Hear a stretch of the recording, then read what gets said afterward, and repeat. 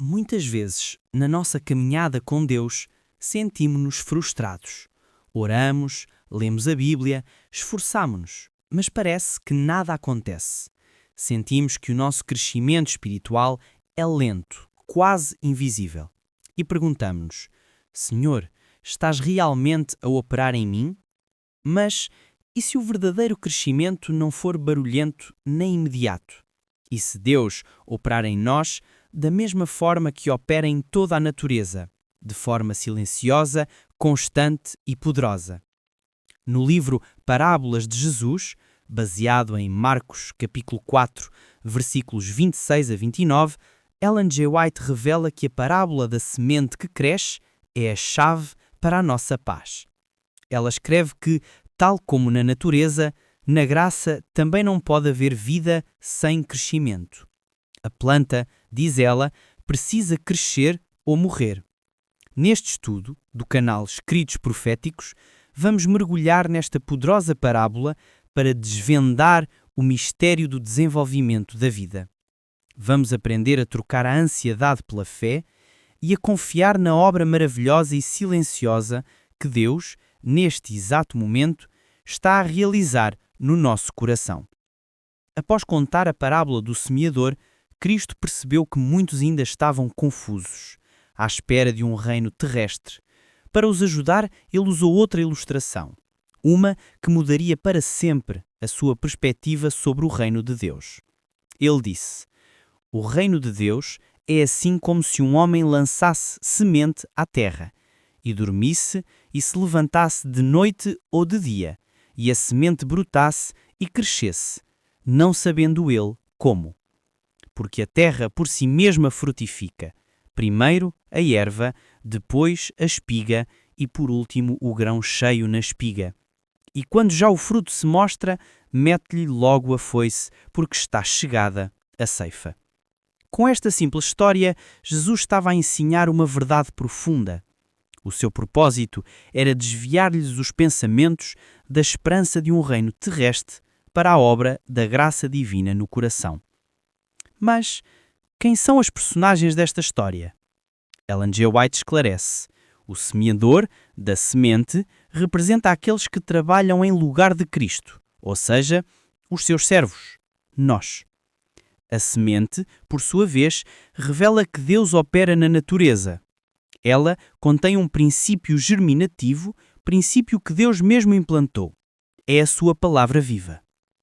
E o lavrador que mete a foice quando está chegada à ceifa.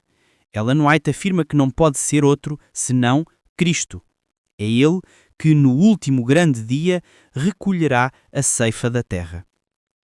Com estes símbolos em mente, estamos prontos para entender a parte mais libertadora desta parábola, a cooperação entre o nosso esforço e o poder ilimitado de Deus. A parábola da semente revela que a nossa jornada espiritual é uma cooperação perfeita entre o esforço humano e o poder divino. Primeiro vem a nossa parte. Ellen White escreve que o homem tem a sua parte em favorecer o crescimento do grão. Precisa preparar e adubar o solo e lançar a semente. Precisa lavrar o campo. Este é o nosso trabalho diligente, a nossa responsabilidade. Mas, e este é o ponto central da parábola, há um ponto além do qual nada pode fazer. O texto sagrado é claro. Nenhuma força ou sabedoria humana pode extrair da semente a planta viva.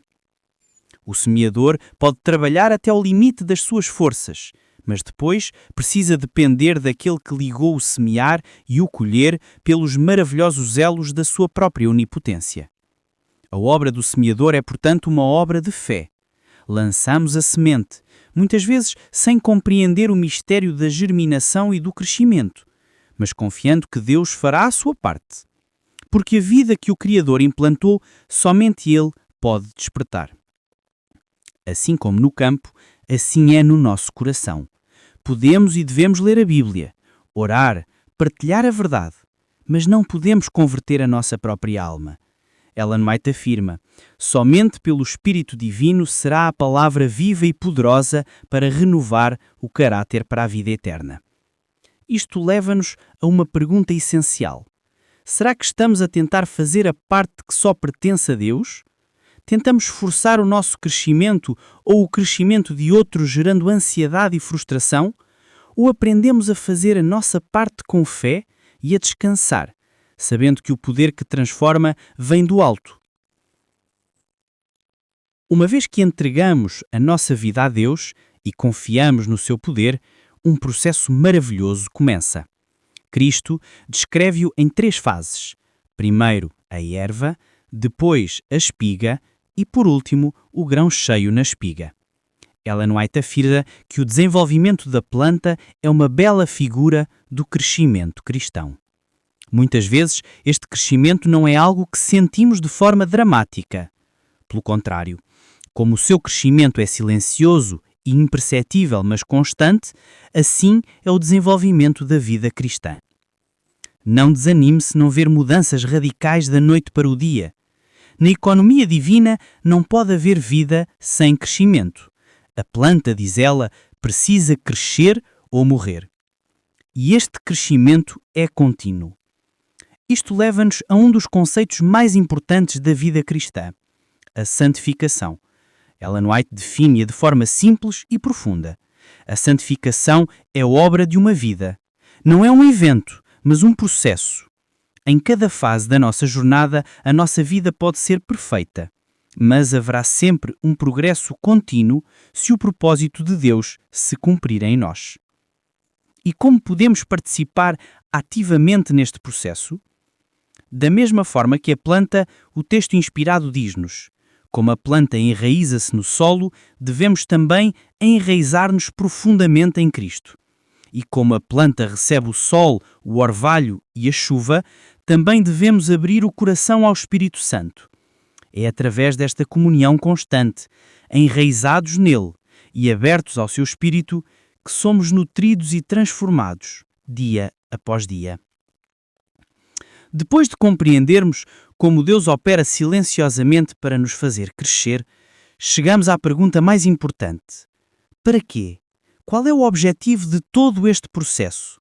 A resposta é simples e transformadora: o fruto. O lavrador divino não cultiva a planta para si mesma, mas para a colheita. Ellen White escreve que o objetivo da vida cristã é a frutificação, ou seja, a reprodução do caráter de Cristo no crente, para que se possa reproduzir em outros. Uma planta não germina, não cresce, nem produz frutos para si mesma. Ela existe para dar semente ao semeador e pão ao que a come. O texto inspirado diz: igualmente ninguém deve viver para si mesmo. Quando aceitamos a Cristo, somos chamados a esquecermos-nos e procurar auxiliar a outros, falando do seu amor e da sua bondade. E aqui chegamos à mais gloriosa promessa deste capítulo. O nosso crescimento e o nosso fruto não são apenas para esta vida, têm um impacto eterno. Cristo, diz o texto, aguarda com fervente desejo a manifestação de si mesmo em sua Igreja. E atenção a isto: quando o caráter de Cristo se reproduzir perfeitamente em seu povo, então virá para reclamá-los como seus. Isto significa que todo cristão tem o privilégio não só de esperar a vinda do nosso Senhor Jesus Cristo, como também de a apressar. Imagine, a nossa entrega, o nosso crescimento, o nosso fruto para a glória de Deus, pode apressar o dia em que rapidamente amadureceria a última grande ceifa e Cristo viria recolher o precioso grão. Que a nossa oração hoje seja de entrega total a este processo divino. Que possamos confiar na obra silenciosa do Espírito, cultivar a semente da palavra e dar o fruto do caráter de Cristo, para a glória de Deus e para apressar a sua vinda.